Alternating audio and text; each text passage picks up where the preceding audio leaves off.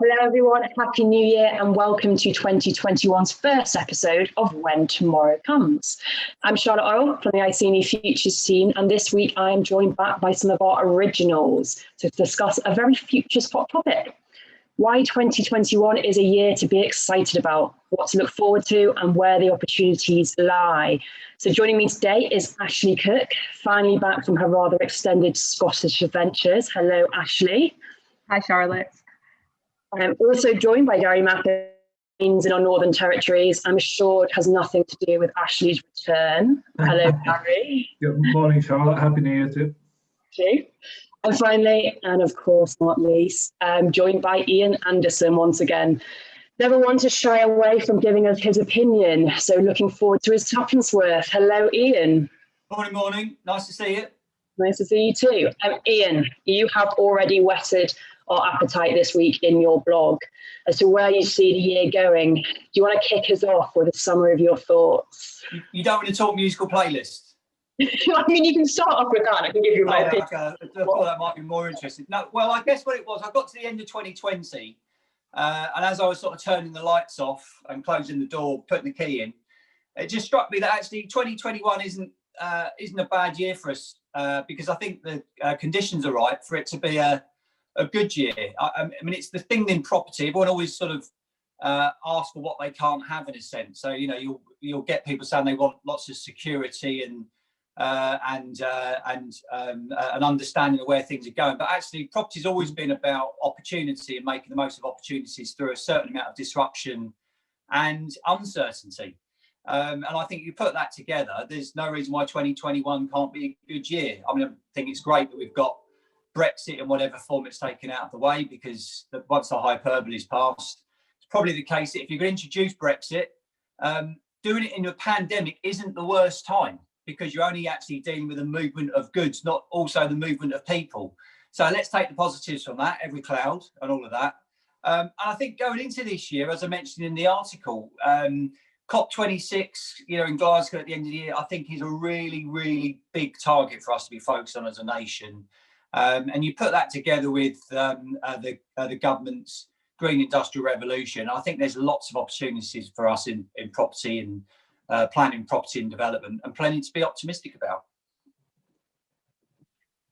Gary, despite being miles away, do you sing from the same hymn sheet? Are you noticing anything different to yourself, anything for the year ahead? Obviously, you mentioned COP26, and that's going to be in your home turf. Yeah, it is indeed, right, literally around the corner. I suppose the big question will be how they present their own environmental credentials, because there was obviously discussions about holding it as a virtual event this year, which would have been probably the right thing to do. But given other distractions, pushing it down the line probably was a wise decision. So it'll be interesting to see how that works as a physical event this year. But it's certainly going to bring a lot of focus not only on Scotland and the UK, but I think on planning as well. And we have, so our version of the NPPF, the Scottish National Planning Framework, is under review. And the plan is, if I'm reading the runes correctly, the plan is the Scottish Government are going to publish that at the same time as COP26. So it's going to be great for planning. There's going to be a real focus on it.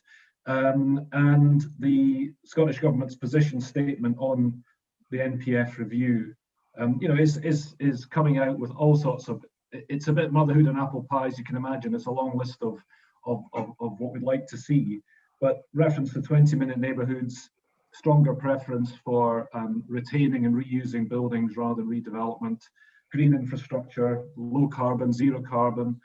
It's all there. That's not going anywhere.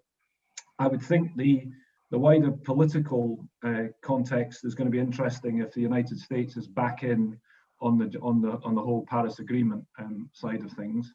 So that will just magnify the interest in it and hopefully the currency of it. So yeah, I'm like Ian. I think there's going to be a year of change, but plenty of our clients, and I think it's often the type of clients we've got, are exactly the right people to position themselves to take advantage of that. A bit of disruption, small d, brings real opportunities. And even in something as probably traditionally conservative as house building, I'm starting to get the feeling, that there are changes there. We've got some pretty tough language in Scotland about steering development away from greenfields, and I think that's going to hit the mainstream house builders. But equally, there's activity in other types of housing. Build to rent is now active in the cities in Scotland. We're starting to look at co-living. That's coming onto the agenda. Whether it comes on and goes off the agenda as quickly, we'll wait to find out. Housing for older people, that's a real planning issue in Scotland and a political one. It forms a statutory requirement in the new Scottish Planning Act to plan for housing for older people. So all that's going to bring interesting dynamics to the development industry up here in the development market. So I'm optimistic about things. I actually think the market activity in Scotland, despite Brexit, despite the pandemic, the underlying fundamentals are still pretty strong. Construction sites are still open, so the property industry is still moving. There's uncertainty. What's happening to town centres and retail. But that's just going to bring more opportunity as well. I don't think the office is dead. I think that's overstated, but it will change. Even the mainstream house builders are looking at what their product is in terms of open space and gardens and rooms in their houses for home working. So interesting times, exciting times. And you picked up on it already, and perhaps I'm throwing over to Ashley.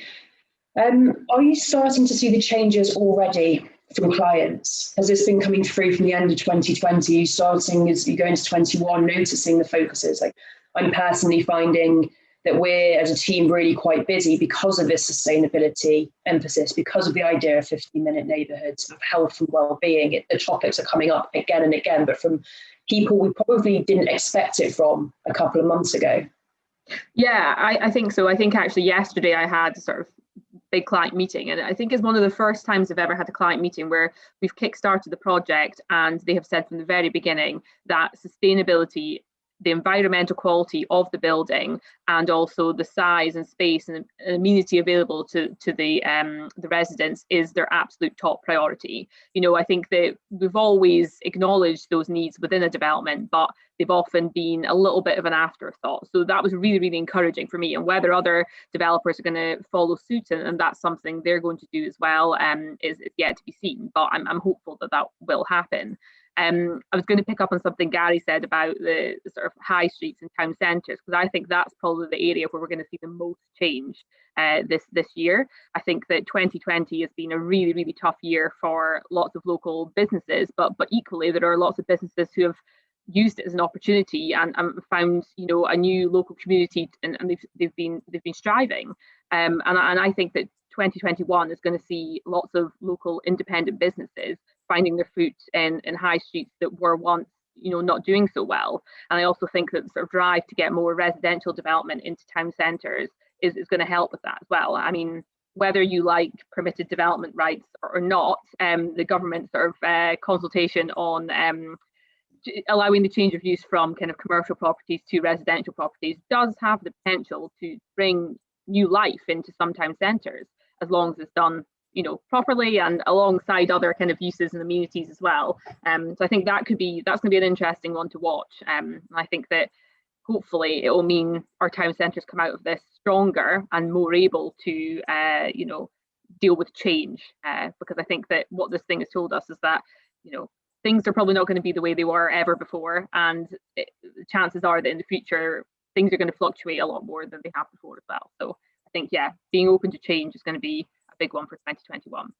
And Charlotte, if I can just chip in, because I was thinking about this, because it may well be that the project Ashley is referring to is one that I also sat in on in the meeting. But I think what's happened, which is fundamental, is that people used to sign up to a sustainability agenda because they had to, not because they wanted to. It was a hassle. It was something that got discussed in negative terms. It was, how can we get out of it or minimise it?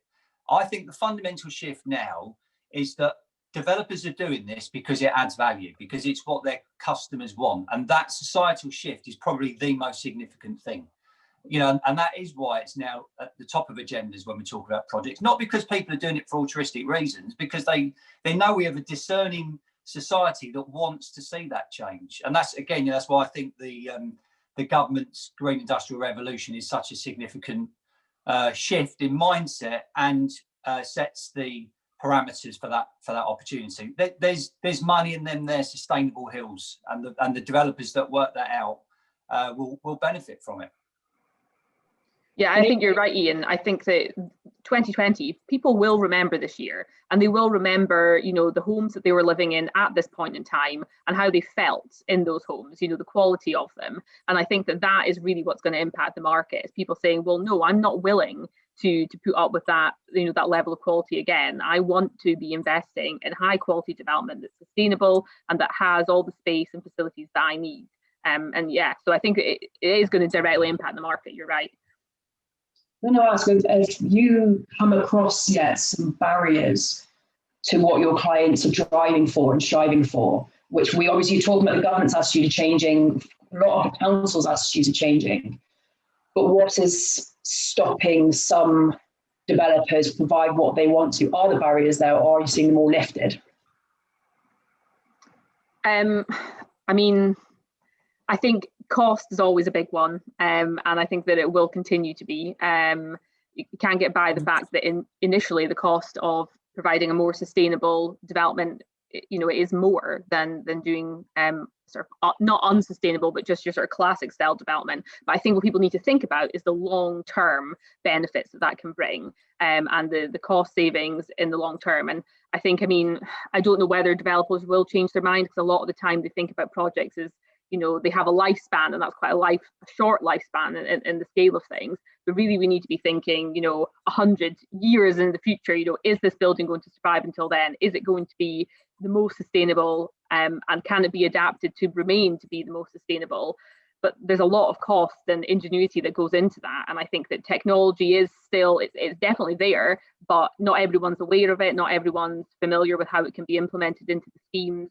So I think there's a bit of learning, but I think that, the government's sustainability agenda and, events, such as that happening in Glasgow this year, that will just raise more and more awareness of the technology that's available and the options that are available to developers. So it can only have a positive benefit, and hopefully it'll mean that the barriers are reduced.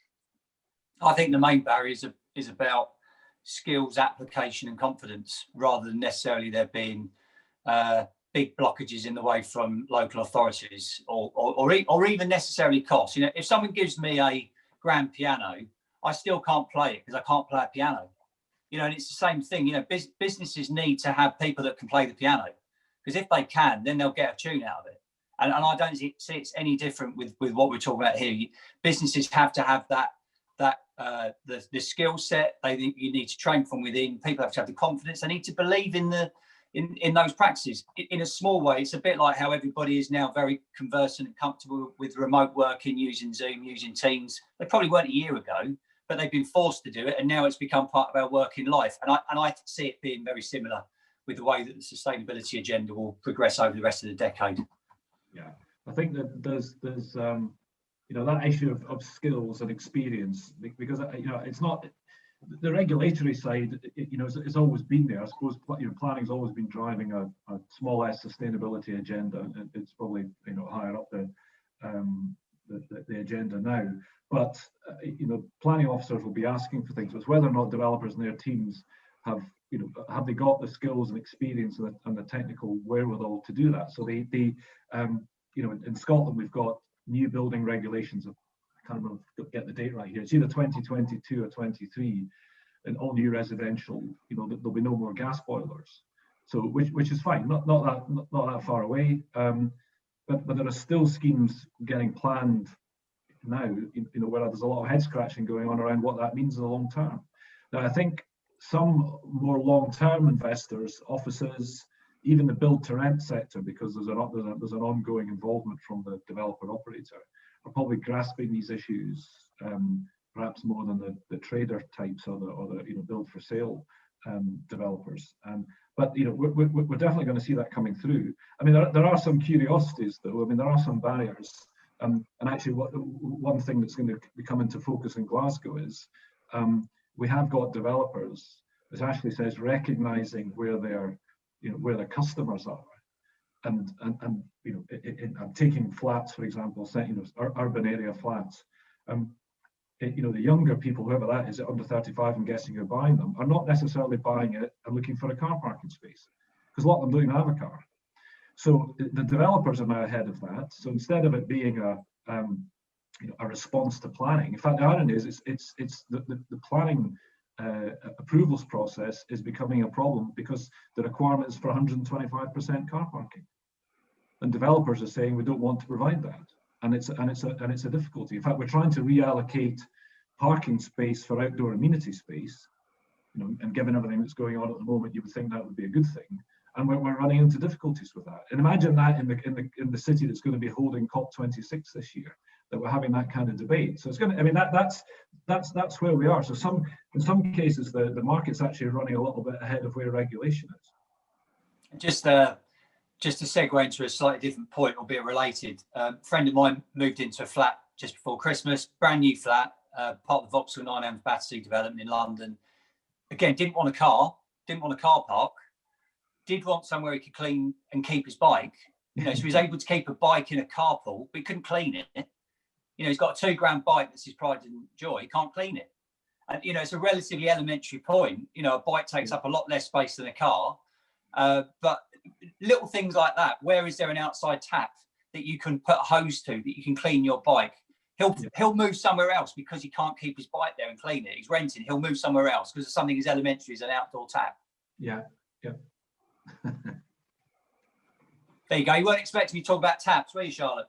No, but it's a really valid point. We've had such interesting conversations with, say, our transport team about things like this, about just kind of going with the trends and what's been the norm and not actually stopping and thinking about what people want and what people need. So, for example, like the bikes, so many people don't feel comfortable leaving their £2,000 bike in a basement of these developments because at the end of the day, there is a lot of thefts. People want a space on their corridor, but we haven't really considered that as yet.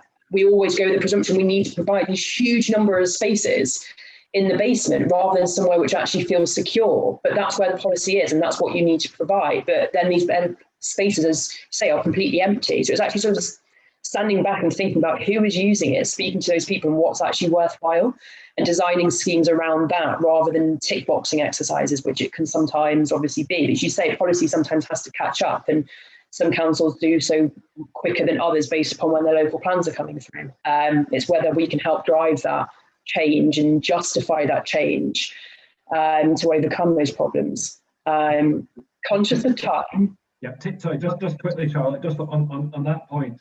The whole drive towards dealing with embedded carbon and where that takes us in relation to reusing the existing building stock brings all sorts of challenges, because if you're doing conversions of buildings, particularly to residential, how do you deal with all these things? How do you incorporate bike parking and bin, refuse arrangements, and never mind before you get into environmental conditions and sustainability and energy efficiency.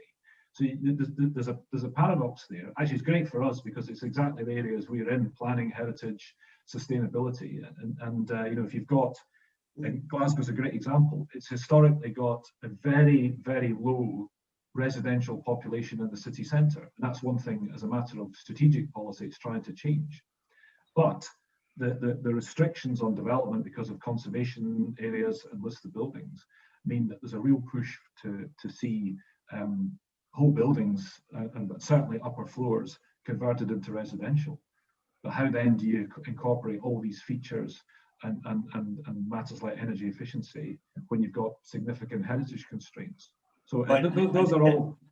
And equally, Gary, if the government's reliant on PD rights to deliver a huge windfall of resi, you're not asking the planning system to regulate that. You're asking the developers doing those conversions to understand the value of it when they're selling those flats or renting those flats to the public. Well, it certainly south of the border, but we remember we've retained a degree of civilization north of the border, and we haven't gone down these rotten PD rights route. You've always been a cut above the gaudy English, haven't you? Absolutely. Long may it continue. Okay, yeah, this is my final question now. I'm going to bring it to a close. I'm going to pose it all three of you, but if one of you wants to run with it, feel free. So we're going to go to the presumption that during lockdown, you've saved up all of your pennies put it in a little pot, and now you're looking to invest. What are you going to invest in 2021? What would be your little snippet? Not that I'm going to be writing this down and stealing your own. I'm just going to kickstart. It's got nothing to do with planning or development, but I've already saved up my pennies and we're getting a new kitchen. And that is my highlight of 2021 already. I can't wait. Have you chosen your paint colour yet though, Ashley? Because that's been the running trend for all of these vlogs. That room is now painted actually, but I'm not in there because it's now our sort of extra space for putting all the old kitchen stuff into whilst the new kitchen gets prepared to be redone. So you will see that room eventually, but it's been painted. It's looking great. We're on the way there. Yeah. If it was a business investment, Charlotte, healthcare and logistics. If it's personal, the biggest and longest holiday we can afford to go on, as and when we ever get to that point. I'll convert my garage into a home gym, so I'd have to go out and keep getting covered in grit on the road on my bike. I mean, one thing I'm in a serious sort of development planning world, one thing I'm really interested in is going to be the growth of like electric vehicle infrastructure.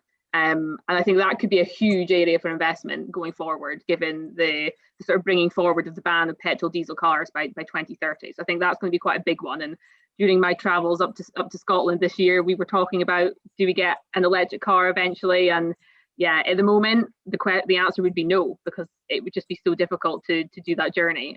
So I think in the future, there needs to be that infrastructure. It's going to need to be there to support everyone. So that'll be interesting to see that grow. I think if I were probably on a personal level looking to change things up with the intro of the new little ginger run in my life, the little pup, I'd probably move slightly further out. But I would look for a place where I could get a co-working space so I didn't have to work at home every day, but didn't have to make the journey. And that had a good coffee machine, something local. Yeah. Well, maybe we'll see some little hubs popping up with you can charge an electric car, get your coffee, and do a bit of co-working, and gets you out of the house a couple of days a week. Sounds like a good plan. Yeah, sounds good. Sounds ideal. Ian, get your money where your mouth is and invest in all of these. Great. Thanks, guys. Thank you for your time. Thanks for opening up your little crystal balls. Thanks to everyone who's checked in today. Hope you all had a good break. Thanks for joining us. And I hope you'll join us again next week in our latest episode. That's all. Thanks, Charlotte. Cheers. Cheers.